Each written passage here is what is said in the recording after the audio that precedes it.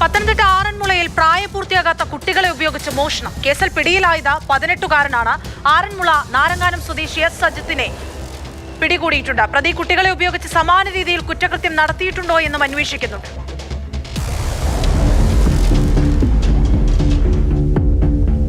പ്രായപൂർത്തിയാകാത്ത 2 കുട്ടികളെയാണ് സജിത്ത് മോഷണത്തിനായി ഉപയോഗിച്ചത്. സജിത്തിനാകട്ടെ 18 വയസ്സ് മാത്രമാണ് പ്രായം.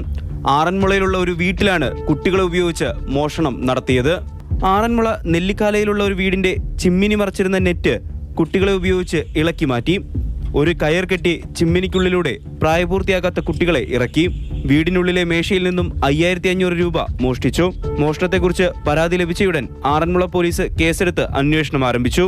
പരിസര പ്രദേശത്തെ നിരവധി CCTV ക്യാമറകളാണ് പോലീസ് പരിശോധിച്ചത്. മെലിഞ്ഞ ശരീരപ്രകൃതിയുള്ളവരായിരിക്കാം മോഷണം നടത്തിയത് എന്ന നിഗമനത്തിൽ പോലീസ് എത്തി. തുടർന്ന് നടത്തിയ അന്വേഷണത്തിലാണ് പ്രതിയിലേക്ക് എത്തിച്ചേർന്നത്.